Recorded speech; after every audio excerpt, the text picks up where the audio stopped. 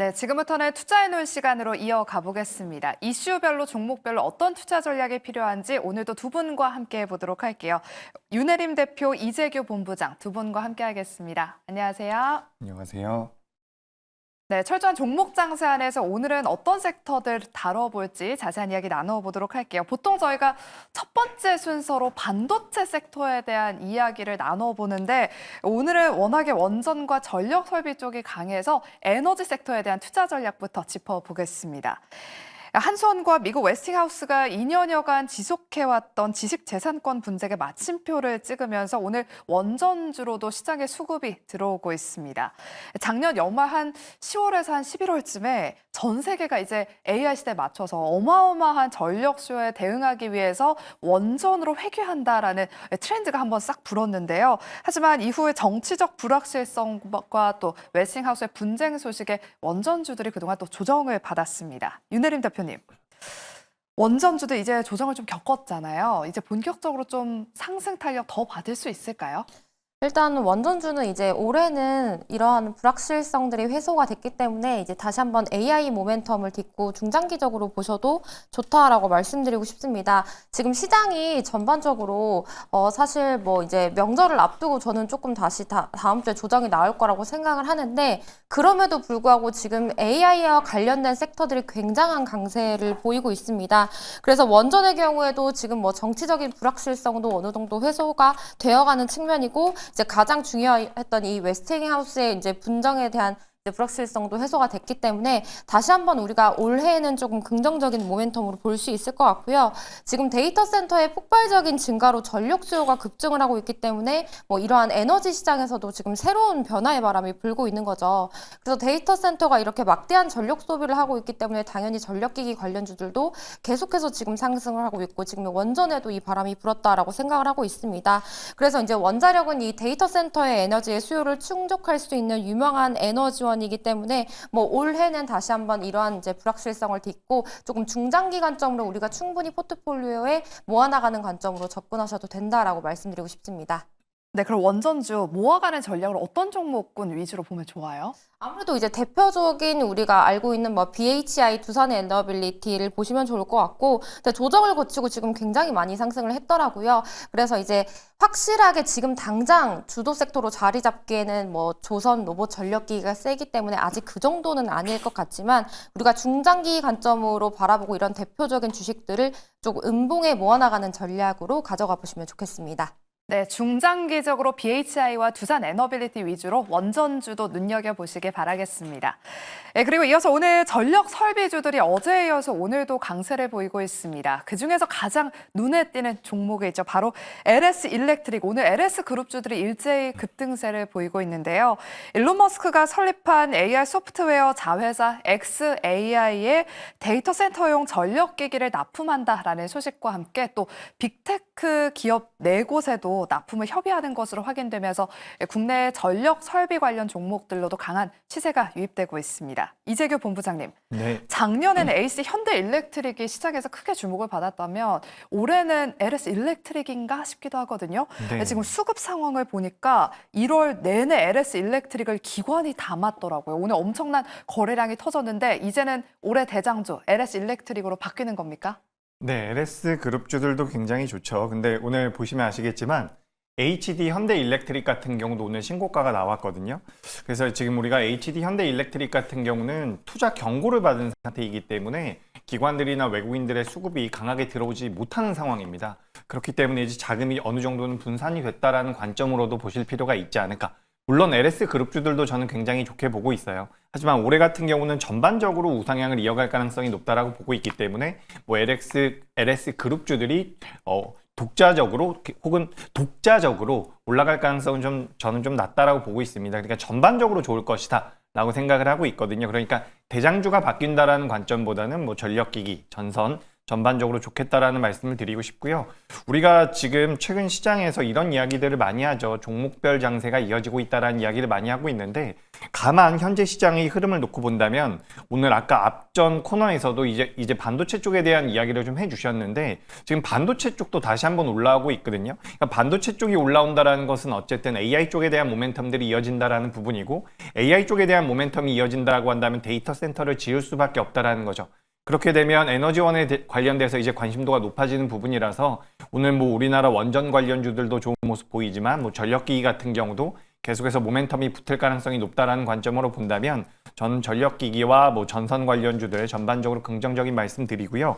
작년 고점 대비해서 이제 많이 밀린 종목군들이나 상승 여력이 있는 종목군들을 추려본다면 전 뭐 재룡전기 같은 경우도 이제 상승 여력은 꽤나 남아있다라고 보고 있거든요. 그러니까 주가가 많이 올라온 기업들이 못 간다라는 관점은 아니고 다만 이제 추격 매수는 어느 정도의 이격이 많이 벌어져 있는 상태니까 주의를 하자. 그렇기 때문에 이제 후속주들, 그러니까 후속주가 사실 그렇게 좋은 건 아니거든요. 우리가 어느 정도의 테마성을 가지고 변동성을 키우고 있는 업종들 같은 경우는 대장주가 좋은 것은 맞는데 실적까지 수반이 되면서 수주장고가 같이 따라붙고 있는 업종 내에서는 후속주들도 매력적으로 움직일 가능성이 있기 때문에 전 너무 공격적으로 추격 매수하기보다는 오히려 좀 저점대에 있는 종목군들도 살펴보시는 게 어떨까. 그래서 LS 그룹주 굉장히 좋은데 다른 기업들도 괜찮다라는 의견 드리겠습니다.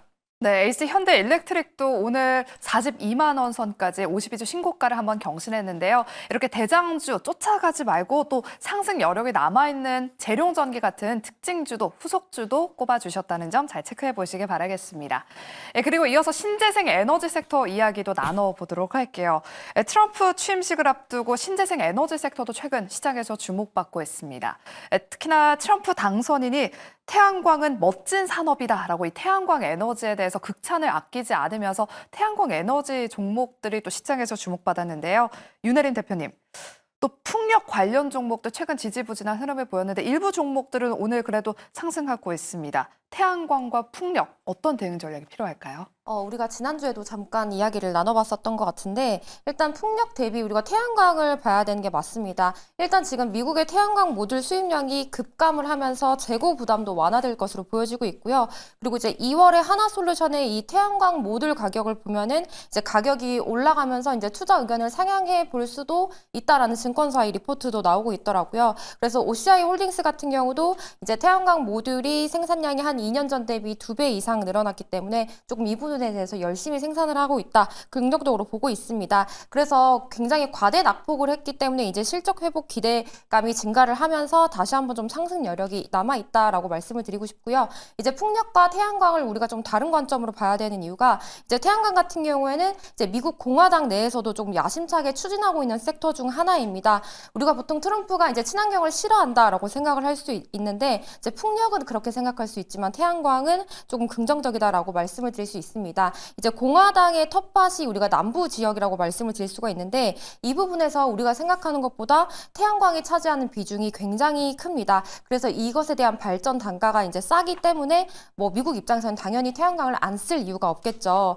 그래서 지금 여기에 더해서 뭐 태양광의 서플라이 체인의 한 90% 정도가 중국 업체들이 차지를 하고 있는데 결국 지금 태양광 부문도 이 중국에서 공급망에서 벗어날 필요가 있기 때문에 지금 우리나라에서도 조선 섹터가 가장 강한 이유가 이 미중 갈등 수혜를 보기 때문이죠. 그래서 이제 태양광도 충분히 바닥에서 상승을 하는 여력이고 긍정적인 전망을 갖고 있고 또 이런 트럼프발 수혜를 갖고 있기 때문에 우리가 뭐 충분히 뭐 조선 다음으로 또 미중 갈등에 인한 수혜로 볼 수 있다라고 말씀드릴 수 있을 것 같아서 풍력보다는 태양광을 좀 긍정적으로 보시는 것도 도움이 되겠습니다. 네, 풍력보다는 태양광에 눈여겨보시기 바라겠습니다. 그럼 두 번째로는 반도체 섹터 이야기 나눠보겠습니다. 오늘 TSMC 호실적 발표 이후 일부 반도체 장비주들이 강한 흐름을 보이고 있는데요. 이제 우리가 다음으로 주목해 봐야 될 일정은 바로 SK하이닉스의 실적 발표가 다음 주 목요일에 있습니다.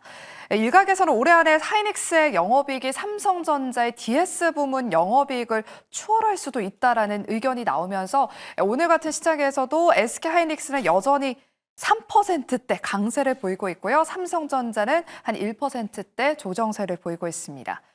이재규 본부장님, 네. 저희가 어제 SK하이닉스 한 25만 원 선까지는 반등 랠리 좀 기대해볼 만할 것 같다 이런 의견을 들어봤거든요. 네. 역시나 SK하이닉스는 오늘 빨간불 켜고 있고 삼성전자는 오늘 조정을 받고 있습니다. 이 반도체 투톱 현재 구간에서 어떻게 대응을 해봐야 될까요? 그죠. 일단 뭐 SK하이닉스가 앞서 나가고 있는 것은 주가가 많이 강증을 하고 있지 않나 이렇게 보여지고 있습니다. 그래서 HBM 쪽에 대한 모멘텀을 SK하이닉스에서 계속해서 받아가다 보니 이제 SK하이닉스의 주가림이 굉장히 긍정적으로 나오고 있고요. 우리가 예상이 되는 실적을 기반으로 봤을 때도 주가 흐름은 추가적인 상방으로 좀 열려 있다라는 말씀을 드리고 싶습니다.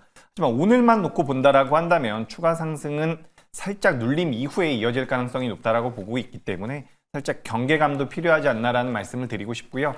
최근에 이제 전반적으로 HBM과 관련되어 있는 종목군들로 자금이 좀 들어오고 있는 것 같아요.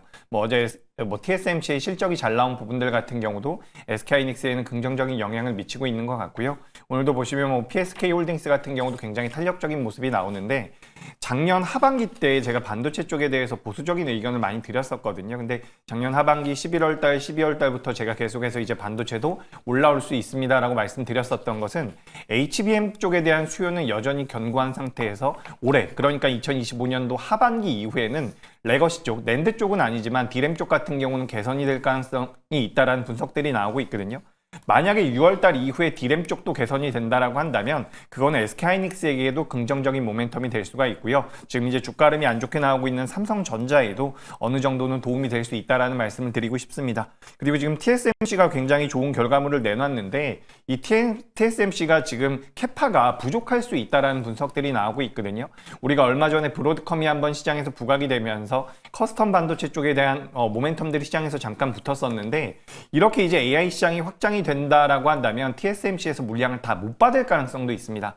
그렇게 된다라고 한다면 삼성전자도 반등의 트리거는 만들어질 수 있지 않을까. 그래서 전반적으로 SK하이닉스가 지금 유리한 모습에서 모양새를 이어갈 가능성이 높은데 삼성전자 같은 경우도 이렇게 말씀드리기 참 씁쓸하지만 그래도 밸류에이션 기준으로는 굉장히 하단부에 놓여 있는 것은 맞거든요.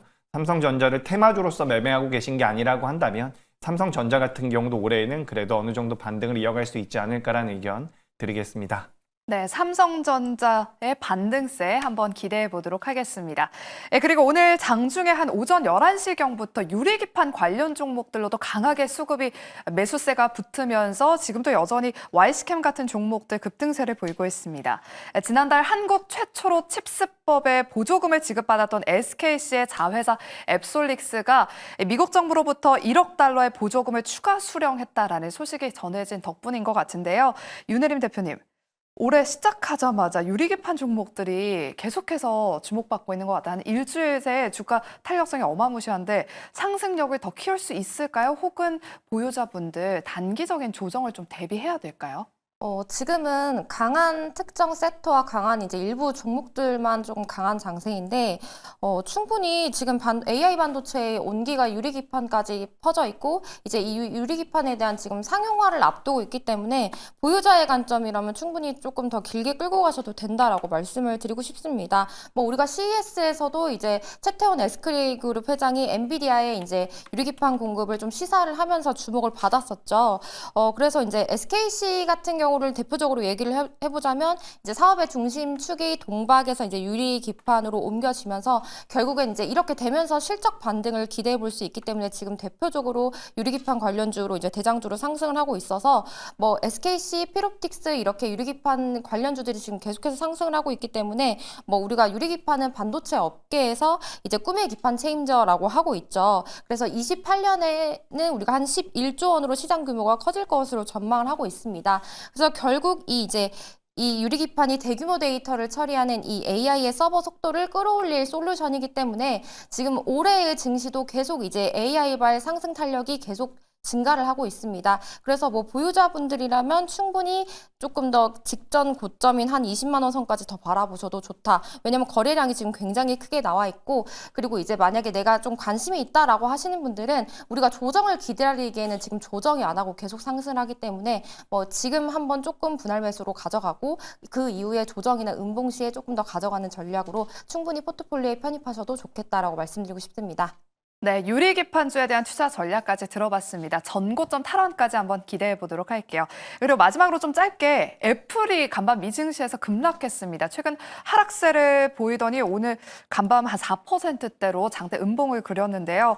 국내 관련 부품주인 LG 이노텍도 동반해서 하락하고 있습니다. 이재규 본부장님. 네. 애플이 왜 이렇게 빠졌나 하고 살펴봤더니 중국에서 점유율이 지난해 3위로 하락했다고 하더라고요. 그쵸. 중국에서 그동안 애플이 강자 자리를 지켜왔었기 때문에 이번 점유율 하락이 좀 충격적일 것 같은데 앞으로 관련 종목 보유하신 분들 어떤 대응 전략이 필요할까요? 네, 일단 더 빠질 것 같진 않다라는 말씀을 드리고 싶은 게 애플이 이제 판매량이 줄어들 것이다라는 이야기들은 원래 있었어요. 그렇기 때문에 이번에 그게 수치로 확인이 되다 보니까 점유율 1위 자리에 대한 이런 수성을 할 수 없지 않을까 이런 분석들이 나오면서 애플이 많이 밀렸는데 사실 애플의 주가 흐름과 우리나라 기업들, 부품주라고 할 수 있는 방금 전에 말씀해 주신 LG 이노텍의 주가 흐름은 굉장히 상반된 흐름들이 어느 정도 이어졌었다라고 저는 생각을 하고 있습니다.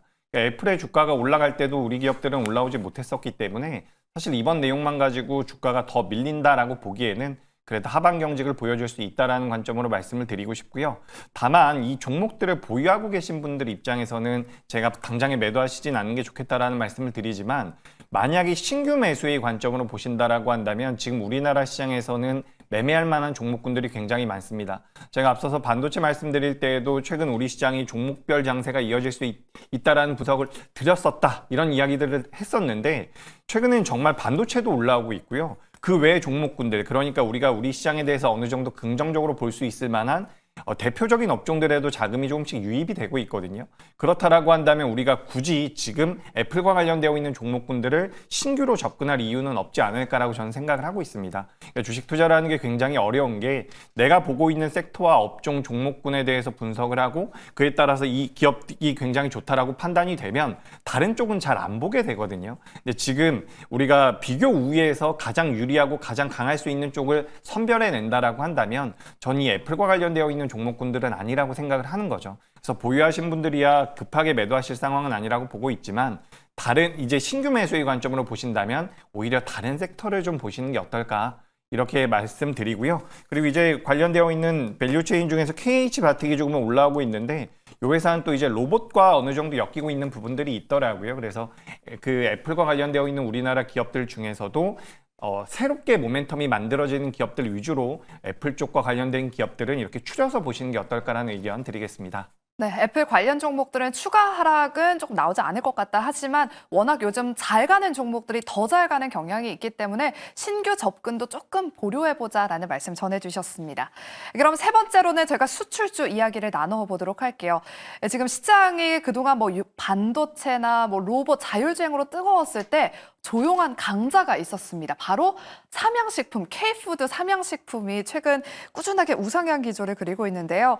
K라면 수출액이 지난해 역대 최대를 기록한 가운데 연수출 2조 원 시대 한 걸음 다가섰습니다. 특히나 삼양식품은 해외에서 사업을 키우면서 지금 해외 증권사에서는 목표 주가를 90만 원 이상까지 내놨는데요. 윤혜림 대표님. 삼양식품이 오늘 오전장에 강세를 보이다가 지금은 약간의 윗꼬리가 달면서 지금 약보합권에서 움직이고 있습니다. 이 삼양식품 하나에만 집중해 보는 게 좋을까요? 아니면 후속주를 찾는 게 좀 좋을까요? 지금은 무조건 원탑 하나에만 집중을 놈만 해야 된다라고 패자. 네. 생각을 하고 싶습니다.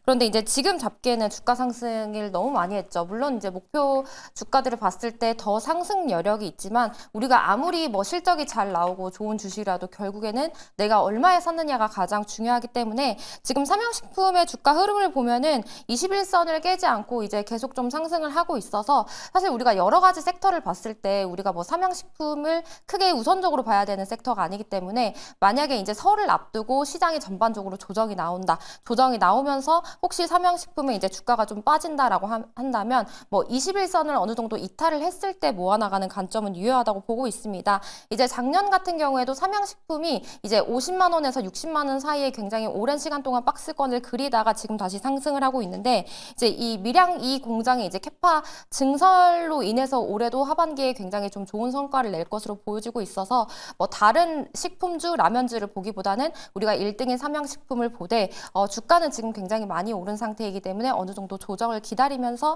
좀 매수의 관점으로 보시는 게 좋을 듯합니다. 네, 삼양식품 작년 미국 알파 세대가 선호하는 최고 브랜드 1위에 등극했다고 하는데요. 삼양식품 앞으로 계속해서 눈여겨보시길 바라겠습니다. 그리고 최근 화장품 관련 기업들 피크아웃 논란 속에서 주가가 등락을 반복하면서 방향성을 모색하고 있습니다. 이재규 본부장님, 네. 그래도 여전히 해외 매출 비중이 높아지고 있는 것 같은데 1월 말부터 시작해서 이제 화장품 기업들도 실적 발표를 시작하잖아요. 네. 실적 발표 시즌을 앞두고 지금 화장품주들은 어떻게 대응을 해봐야 될까요? 네, 저는 화장품주는 좀 긍정적으로 보고 있습니다. 그러니까 작년에 중순쯤에 화장품 판매가 잘 된다라는 내용들이 계속 나왔거든요. 수출이 잘 되고 있다라는 내용들이 나왔는데 당시에는 제가 좀 보수적인 의견을 많이 드렸었어요. 화장품이 꺾일 것이다. 왜냐하면 주가가 그렇게 쉽지가 않다. 이런 말씀 많이 드렸었는데 그 이후에 이제 주가 조정이 많이 나왔습니다. 주가 조정이 많이 나왔는데 거기서 실적이 실제로 계속해서 잘 나오고 있는 상황이라는 거죠.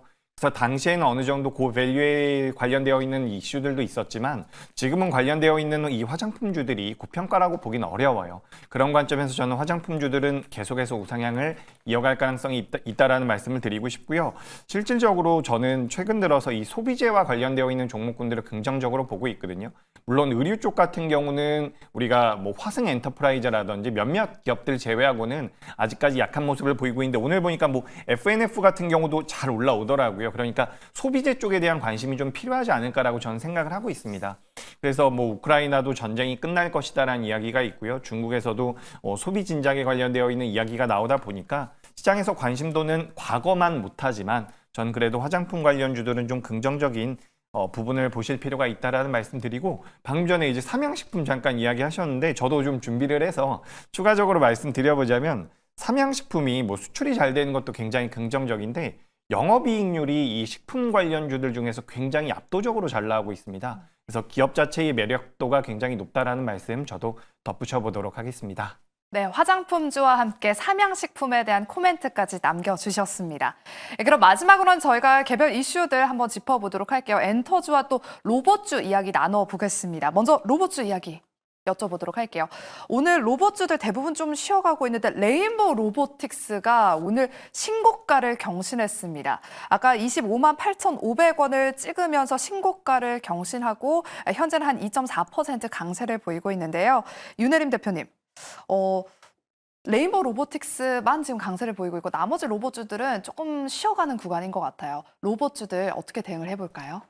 일단은 로봇주를 우리가 한 3주 전부터 지금 계속 말씀을 드리고 맞아요. 있는 것 같은데 맨 처음에 말씀을 드렸을 때가 이제 대장인 레인보우 로보틱스가 신고가를 갱신하는 여부를 우리가 두고 보자라고 했는데 지금 신고가를 갱신을 했죠. 그래서 저는 지금 이제 반드시 우리 포트폴리오에 있어야 할 이제 섹터군이 조선과 로봇이라고 생각을 하고 있고 지금 굉장히 많이 상승을 해서 이걸 어느 정도 수익 실현을 해야 될까라고 생각을 하고 계시겠지만 만약에 이제 내가 조금 로봇도 그렇고 조선도 그렇고 평균 단가가 조금 낮다라고 하시는 분들은 어느 정도 수익 실현을 하고 나머지를 보유하는 전략 그리고 이제 조금 높으신 분들도 수익이라면 부담 없이 조금 음봉이나 조정에 조금 더 물량을 늘려가는 전략으로 로봇주는 계속 가져가면 좋다라고 생각을 하고 있고요. 그런데 이제 대장이 굉장히 굳건한데 지금 다른 로봇주들도 여러 가지 좀 시세가 나오면서 어떤 로봇주를 좀 가져가야 될지 좀 이제 고민이 많이 되는 시점인 것 같은데 저는 뭐 레인보우 로보틱스 그리고 지금 추가 상승을 기대해 볼 수 있는 뭐 하이제널 시스템 이런 식으로 보면서 로봇주들은 충분히 더 시세가 나올 수 있다라고 긍정적으로 말씀을 드리고 싶습니다. 네, 레인보우 로보틱스와 하이젠 R&M까지 로봇주들 투자 전략 들어봤습니다. 그리고 많은 분들이 또 유튜브 채팅창에 엔터주 이야기를 해주셔가지고 엔터주 이야기도 들어보도록 할게요. 다음 주 데뷔를 앞두고 있는 JYP 엔터테인먼트의 신인 킥플립의 데뷔 앨범 선주문이 30만 장을 이미 돌파했다는 소식이 들려왔습니다. 엔터주 실적에 대한 기대감을 키우고 있는데요. 이재규 본부장님, 네. 1월 한 달 동안 보니까 기관 투자자들이 특히나 엔터주들을 또 담고 있더라고요. 2023년에 보여줬던 상승 랠리를 다시 한번 좀 재현할 수 있을까요? 네, 일단 뭐 엔터주는 굉장히 우호적이죠. 어쨌든 실적이 나오는 섹터고 방금 전에 앵커님께서 말씀하셨던 것처럼 2023년도에는 주가 흐름이 굉장히 좋았습니다. 근데 2023년도 하반기 때 앨범에 대한 피크아웃 논란이 있었거든요. 그리고 나서 이제 작년 내내 굉장히 어려운 모습을 보이다가 최근에 반등을 주고 있는데 이 엔터사들 같은 경우는 뭐 신인 IP, 지금 이제 신인 그룹에 대한 뭐 30만 장 선 주문이 들어왔다라는 내용들이 있죠. 근데 우리가 작년에 이 엔터사들의 실적이 안 좋았었던 부분들, 실적이 어느 정도 꺾였었던 부분은 앨범에 대한 피크아웃 논란도 있었지만 처음에 신인 그룹을 육성할 때 비용이 굉장히 많이 듭니다. 근데 그 신인 그룹들이 과거와는 다르게 최근에는 실제로 데뷔를 하기 전부터 언론에서 많이 노출이 되기 때문에 이 비용 자체가 많이 감소되는 효과가 있다라고 분석이 되고 있습니다. 그러니까 신인 IP가 바로바로 매출로 연결될 가능성이 굉장히 높다라는 거죠.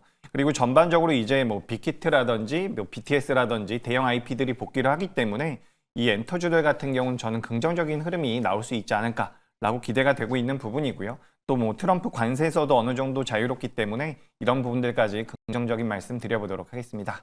네, 이렇게 엔터주에 대한 투자 전략까지 짚어봤습니다. 오늘도 두 분과 함께했고요. 저희는 다음 주 월요일 이 시간에 돌아오겠습니다. 함께해 주신 여러분 고맙습니다.